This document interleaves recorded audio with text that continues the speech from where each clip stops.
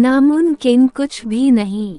Nothing is impossible. Wilma Rudolph का जन्म America के टेनेसी प्रांत के एक गरीब घर में हुआ था। 4 साल की उम्र में विल्मा रुडोल्फ को पोलियो हो गया और वह विकलांग हो गई।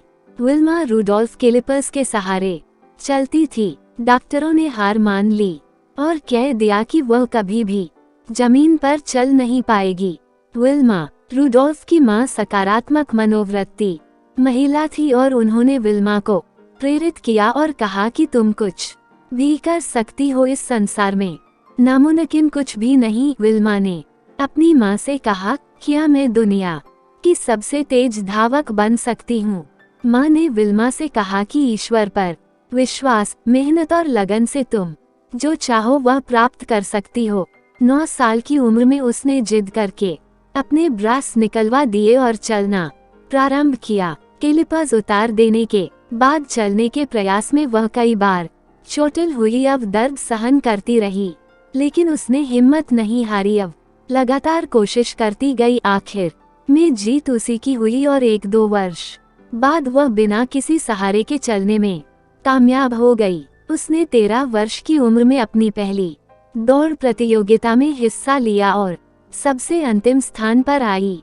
लेकिन उसने हार नहीं मानी और लगातार दौड़ प्रतियोगिताओं में हिस्सा लेती गई।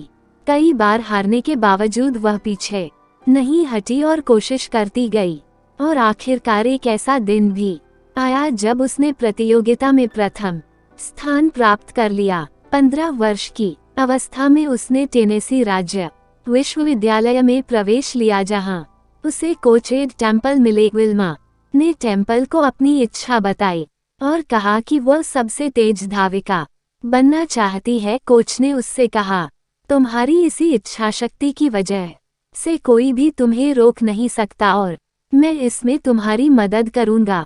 विल्मा ने लगातार कड़ी मेहनत की। अब आखिरकार उसे ओलंपिक में भाग लेने का मौका मिल ही गया।